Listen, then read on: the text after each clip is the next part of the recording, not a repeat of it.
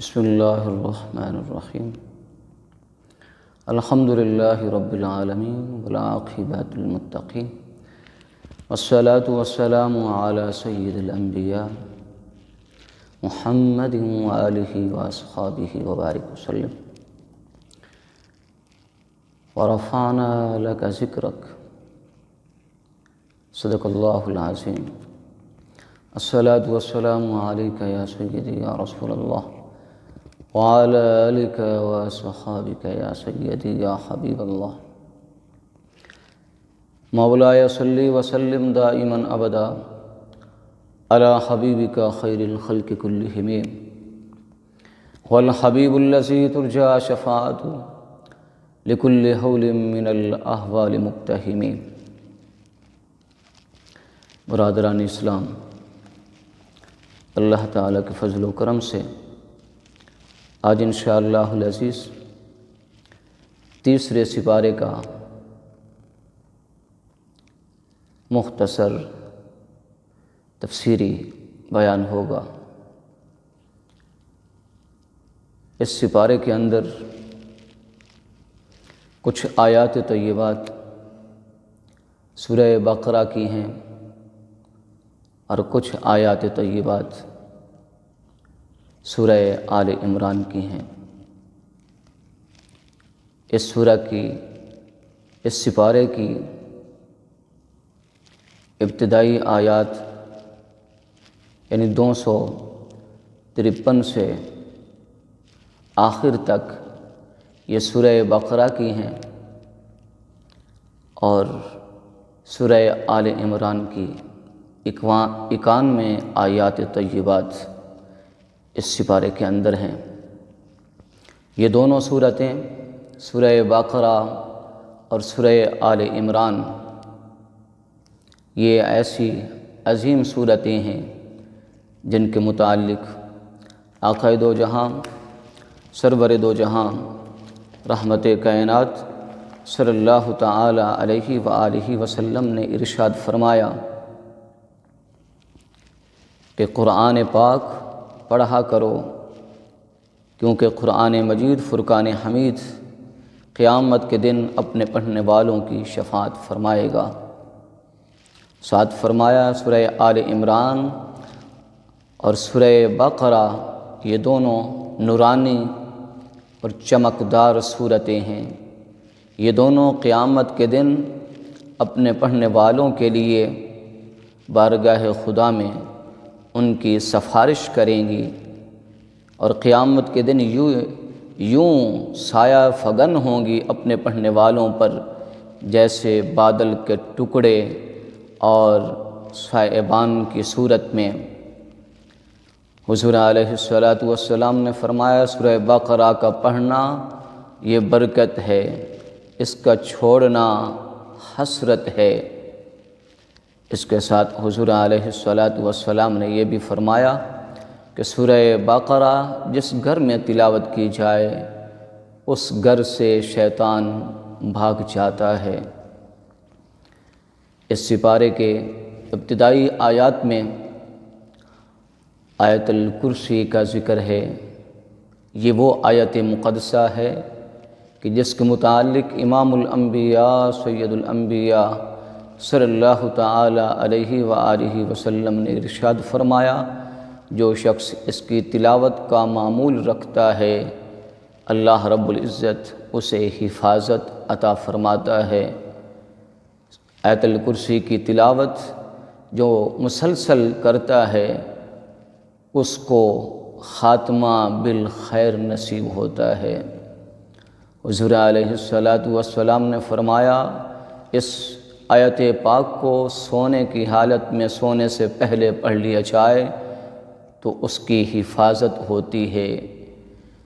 5 گانا نماز کے بعد اسے پڑھا جائے تو حضور علیہ الصلوۃ نے فرمایا اللہ رب العزت اسے جنت میں داخل فرمائے گا۔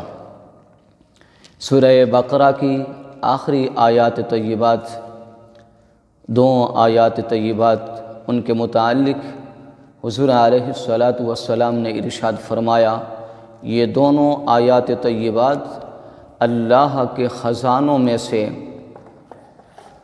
خزانے ہیں۔ یوں سمجھیں کہ رب ذوالجلال نے ان دو آیات طیبات جو سورہ بقرہ کی آخری آیات ہیں یہ ہمیں عطا فرما کر اللہ رب العزت نے ہمیں اپنے خزانوں کو لوٹنے کا موقع عطا فرمایا۔ ہمیں چاہیے کہ ہم ان آیات طیبات کے جملہ علوم سے، خزانوں سے اپنے آپ کو مستفیض کرنے کے لیے ہمیشہ ان آیات طیبات کی تلاوت کی سعادت حاصل کرنی چاہیے۔ تیسرے سپارے کے آغاز میں رب ذوالجلال نے ارشاد فرمایا، تِلْكَ الرُّسُلُ فَضَّلْنَا بَعْضَهُمْ عَلَى بَعْضٍ مِّنْهُمْ مَنْ كَلَّمَ اللَّهُ وَرَفَعَ بَعْضَهُمْ دَرَجَاتٍ۔ رب ذوالجلال نے اس سپارے کے آغاز میں انبیاء و رسول کا ذکر فرمایا۔ انبیاء و رسول کا ذکر فرما کر رب ذوالجلال نے اس بات کی طرف اشارہ فرمایا کہ میرے انبیاء نفس نبوت میں، نفس رسالت میں برابر ہیں، لیکن فضائل اور درجات میں انبیاء مختلف ہیں۔ جس طرح سیدنا موسیٰ علیہ السلام کو یہ فضیلت حاصل ہے کہ اللہ رب العزت نے ان سے کلام فرمایا، سیدنا عیسیٰ علیہ السلام کو یہ اعزاز حاصل ہے کہ اللہ رب العزت نے ان کی مدد سیدنا جبرائیل امی کے ساتھ فرمائی کہ وہ ہمیشہ سیدنا عیسیٰ علیہ السلام کے ساتھ رہتے تھے۔ سب انبیاء کو رب ذوالجلال نے درجے اور فضیلتیں عطا فرمائیں، لیکن امام الانبیاء، سید الانبیاء، نبی آخر الزمان حضرت محمد مصطفیٰ صلی اللہ تعالی علیہ وآلہ وسلم کو رب ذوالجلال نے تمام انبیاء میں سب سے اعلیٰ مقام، سب سے اعلیٰ شان، سب سے اعلیٰ فضیلت عطا فرمائی۔ اللہ رب العزت نے اس سپارے کے اندر مختلف انبیاء کا ذکر فرمایا، سیدنا ابراہیم علیہ السلام کا، سیدنا عزیر علیہ السلام کا، سیدنا عمران علیہ السلام کا، ان کی اولاد کا، سیدنا زکریا علیہ السلام کا، سیدنا یحییٰ علیہ السلام کا، اور حضرت مریم علیہ السلام کا ذکر، سیدنا آدم علیہ السلام کا ذکر رب ذوالجلال نے اس سپارے کے اندر مختلف مقامات پر مختلف انبیاء کا ذکر رب ذوالجلال نے فرمایا۔ اور اس سپارے کے آخر میں رب ذوالجلال نے خصوصاً امام الانبیاء، سید الانبیاء، نبی آخر الزمان صلی اللہ تعالی علیہ وآلہ وسلم کا رب ذوالجلال نے ذکر فرمایا، اور آپ صلی اللہ تعالی علیہ وآلہ وسلم کی شان اور عظمت کو رب ذوالجلال نے اس انداز میں بیان فرمایا، وَإِذْ أَخَذَ اللَّهُ مِيثَاقَ النَّبِيِّينَ لَمَا آتَيْتُكُم مِّن كِتَابٍ وَحِكْمَةٍ ثُمَّ جَاءَكُمْ رَسُولٌ مُّصَدِّقٌ لِّمَا مَعَكُمْ لَتُؤْمِنُنَّ بِهِ وَلَتَنصُرُنَّهُ قال أأقررتم وأخذتم على ذلكم إسري قالوا أقررنا قال فاشهدوا وأنا معكم من الشاهدين۔ رب ذوالجلال نے جمیع انبیاء اکرام علیہم السلام سے میثاق اور وعدہ لیا کہ جب میں تمہیں کتاب عطا کروں اور حکمت سے نوازوں، پھر میرے محبوب رسول مکرم صلی اللہ تعالی علیہ وآلہ وسلم تشریف لے آئیں تو تم ان پر ایمان لانا اور ان کی مدد کرنا۔ پھر فرمایا، کیا تم سب نے اقرار کیا اور میرے اس ذمہ کو تم نے مضبوطی سے تھام لیا؟ تو سب انبیاء کرام علیہم السلام نے عرض کی اقررنا، ہم نے اقرار کیا۔ رب ذوالجلال نے فرمایا تم گواہ ہو جاؤ اور میں بھی تمہارے ساتھ گواہ ہوں۔ رب ذوالجلال نے ہمارے محبوب علیہ السلام کو ان عظیم عظمتوں سے مالا مال فرمایا۔ اس سپارے کے اندر خصوصاً رب ذوالجلال نے زکوٰۃ کا ذکر فرمایا، اور زکوٰۃ کے اندر جو اخلاص ہے اس کا بھی ذکر فرمایا، اور جو ریاکاری ہے اس سے بچنے کا بھی حکم فرمایا۔ رب ذوالجلال نے فرمایا زکوٰۃ ادا کرنے سے، صدقات و خیرات ادا کرنے سے انسان کا رزق کم نہیں ہوتا، انسان غریب اور فقیر نہیں ہوتا، بلکہ وہ انسان اللہ رب العزت کی بارگاہ سے اجر عظیم پاتا ہے۔ شیطان انسان کو فقر کا اور غربت کا جو ہے انہیں بہانہ اور وسوسہ ان کے دلوں میں ڈال کر انہیں اللہ تعالیٰ کے راستے میں خرچ کرنے سے محروم کرنا چاہتا ہے۔ اس لیے رب ذوالجلال نے اپنی بارگاہ میں، اپنے راستے میں، اپنے احکامات پر، زکوٰۃ کے حکم پر عمل کرنے کا حکم فرمایا، تاکہ تمام مسلمان ہر قسم کے شک و شبہ سے اور شیطانی وسوسوں سے وہ بچ سکیں۔ سیدنا علی المرتضیٰ کرم اللہ وجہہ، آپ کے پاس 40 دینار تھے، آپ نے 10 دینار دن کو خرچ کیے اللہ تعالیٰ کے راستے میں، 10 رات میں، اور 10 اعلانیہ اور 10 خفیہ اللہ تعالیٰ کے راستے میں انہیں صدقہ کیا۔ تو رب ذوالجلال نے آیت مقدسہ کو نازل فرمایا الذین ينفقون اموالهم باللیل والنہار سرا وعلانیۃ فلہم اجرہم عند ربہم۔ رب ذوالجلال نے فرمایا کہ وہ لوگ جو خرچ کرتے ہیں اپنے مالوں کو دن میں بھی، رات میں بھی، اعلانیہ بھی، خفیہ بھی، رب ذوالجلال نے فرمایا ان کے لیے بڑا اجر ہے۔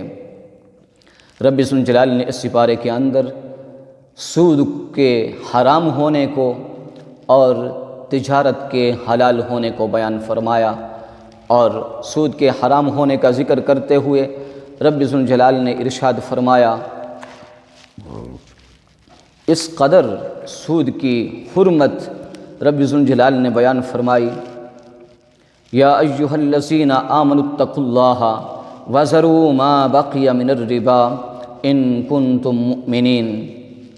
رب ذوالجلال نے اس آیت پاک کے اندر زکوٰۃ کے ہر پہلو کو حرام قرار دیا اور اسے چھوڑنے کا حکم فرمایا، اور اس کے ساتھ یہ قید ارشاد فرمائی کہ اگر تم ایمان والے ہو تو پھر ان تمام پہلوؤں کو، اس کی تمام صورتوں کو چھوڑ دو۔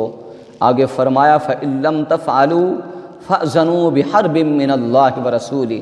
اگر تم سود کو نہیں چھوڑو گے، اس کی تمام پہلوؤں سے روگردانی نہیں کرو گے، ان سے باز نہیں آؤ گے، تو رب ذوالجلال نے فرمایا فَأْذَنُوا بِحَرْبٍ مِّنَ اللَّهِ وَرَسُولِهِ، پھر تم اللہ اور اس کے رسول سے جنگ کرنے کے لیے تیار ہو جاؤ۔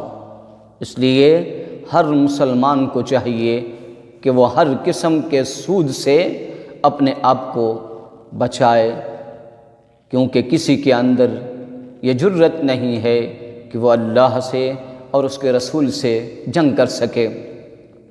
رب ذوالجلال نے اس سپارے کے اندر عدالتی نظام کو مکمل طور پر بیان فرمایا۔ رب ذوالجلال نے اس سپارے کے اندر والراسخون فی العلم، علم کے اندر جو کمال رکھنے والے ہیں، دین کے اندر جو کمال رکھنے والے ہیں، ان کی عظمتوں اور رفعتوں کو بیان فرمایا۔ اور اس سپارے کے اندر رب ذوالجلال نے لوگوں کے لیے کچھ چیزوں کا ذکر فرمایا جو ان کے لیے ان کو مزین کیا گیا، زینت والا بنایا گیا۔ رب ذوالجلال نے ان چیزوں کا ذکر اس لیے فرمایا تاکہ مسلمان ظاہری طور پر ان چیزوں کی زیب و زینت کو دیکھ کر کہیں دنیا میں غافل نہ ہو جائیں، رب ذوالجلال کے دین کو چھوڑ نہ بیٹھیں، اللہ رب العزت سے غافل نہ ہو جائیں۔ رب ذوالجلال نے فرمایا زُجِّنَ لِلنَّاسِ حُبُّ الشَّهَوَاتِ مِنَ النِّسَاءِ وَالْبَنِينَ وَالْقَنَاطِيرِ الْمُقَنطَرَةِ مِنَ الذَّهَبِ وَالْفِضَّةِ وَالْخَيْلِ الْمُسَوَّمَةِ وَالْأَنْعَامِ وَالْحَرْثِ ذَلِكَ مَتَاعُ الْحَيَاةِ الدُّنْيَا وَاللَّهُ عِندَهُ حُسْنُ الْمَآبِ۔ رب ذوالجلال نے ارشاد فرمایا لوگوں کے لیے ہم نے آراستہ کیا خواہشات کی محبت کو، عورتوں کی محبت کو، بیٹوں اور سونے اور چاندی کے ذخائر کو، اور نشان زدہ گھوڑوں کو، چوپاؤں کو اور کھیتوں کو۔ رب ذوالجلال نے فرمایا یہ تمام دنیا کا ساز و سامان ہے اور اللہ رب العزت کے پاس اچھا ٹھکانہ ہے۔ اللہ رب العزت اللہ وحدہ لا شریک نے اس دنیا کے ساز و سامان کے متعلق فرمایا کہ اس کی حقیقت کیا ہے۔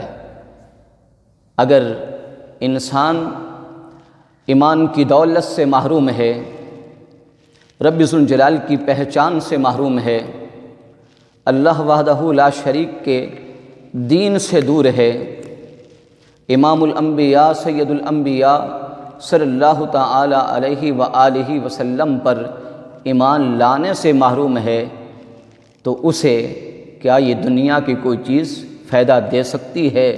ہرگز نہیں۔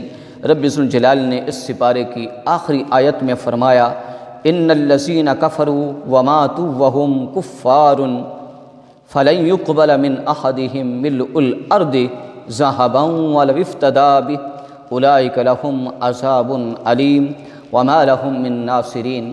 رب ذوالجلال نے ارشاد فرمایا وہ لوگ جو انکار کرنے والے ہیں اور انکار پر ہی، کفر پر ہی وہ مر گئے، رب ذوالجلال نے فرمایا اگر وہ اپنے فدیے کے لیے